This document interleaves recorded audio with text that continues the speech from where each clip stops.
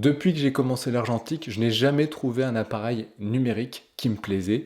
Je restais vigilant sur les nouveautés qui pouvaient sortir, mais il n'y avait aucun appareil qui pouvait reproduire le plaisir que je pouvais avoir lorsque je déclenchais avec mon Mamiya ou mon Bronica. Mais récemment, j'ai découvert l'Hasselblad 907X. Pour ceux qui ne connaissent pas, c'est un moyen format numérique produit par la mythique marque Hasselblad avec un capteur de 50 millions de pixels. Et voici à quoi ressemble un petit peu l'engin. Cet appareil, il commence à dater un petit peu, il est sorti en 2020, mais ça reste le plus compact des moyens formats numériques. Et comme vous pouvez le voir, il tient dans ma main. Ce qui est génial avec cet appareil, c'est qu'on va retrouver la philosophie de l'argentique dans un appareil numérique.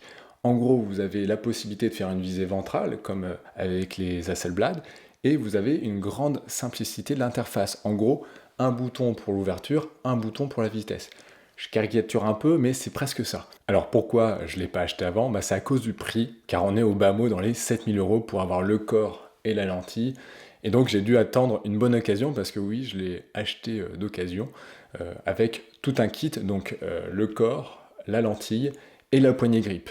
Ce qui était important, c'est qu'il fallait checker toutes les fonctionnalités de l'appareil, vérifier l'état de la lentille, et c'est indispensable de voir l'appareil de visu en réel, pour vraiment contrôler que tout va bien avant d'acheter un appareil comme celui-ci en occasion. Bon, vous l'aurez remarqué, hein, il a un look minimaliste, un petit peu vintage, qui rappelle les anciens boîtiers Hasselblad. En plus de ça, on peut combiner le dos numérique avec des anciens boîtiers Hasselblad, ou encore mettre une bague d'adaptation pour fixer des anciennes optiques Hasselblad directement sur le boîtier numérique. Donc on a un boîtier avec un super design, modulable et très simple d'utilisation. Alors pour autant, lorsqu'on regarde des vidéos sur le net, c'est un appareil qui a beaucoup de défauts. Il y a le prix, il y a l'absence d'histogramme lors de la prise de vue, vous n'avez pas de vrai viseur, et on a un autofocus qui n'est pas forcément hyper réactif. Pour beaucoup, ce genre de défaut est rédhibitoire. Pour moi, qui viens de l'argentique, ces défauts, je les avais déjà.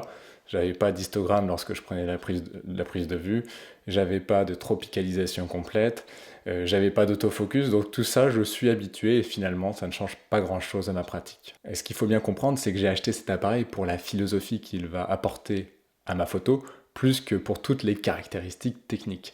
C'est clair que ce genre d'appareil, soit on déteste, soit on adore. Et c'est clairement pas fait pour tous les types de photos. Par exemple, il ne faut surtout pas acheter cet appareil si vous voulez faire de la street photographie. Pour revenir sur l'appareil, c'est un peu le bazar, la vidéo, et c'est pas grave. Moi, j'ai pu l'acheter avec le 45 mm, qui est la lentille la plus compacte de la gamme, et ça sera probablement la seule lentille que j'aurai jamais de cette gamme avec cet appareil, car le prix des objectifs est très important. Mais c'est pas grave, je le savais avant d'acheter l'appareil, et au pire je mettrai des optiques d'ancienne génération sur le boîtier. Alors je ferai une vidéo beaucoup plus complète sur le sujet dès que j'aurai un peu plus d'expérience. Ça va faire 2 mois que je l'utilise, et c'est vraiment un plaisir d'utiliser cet appareil, du fait notamment de sa simplicité.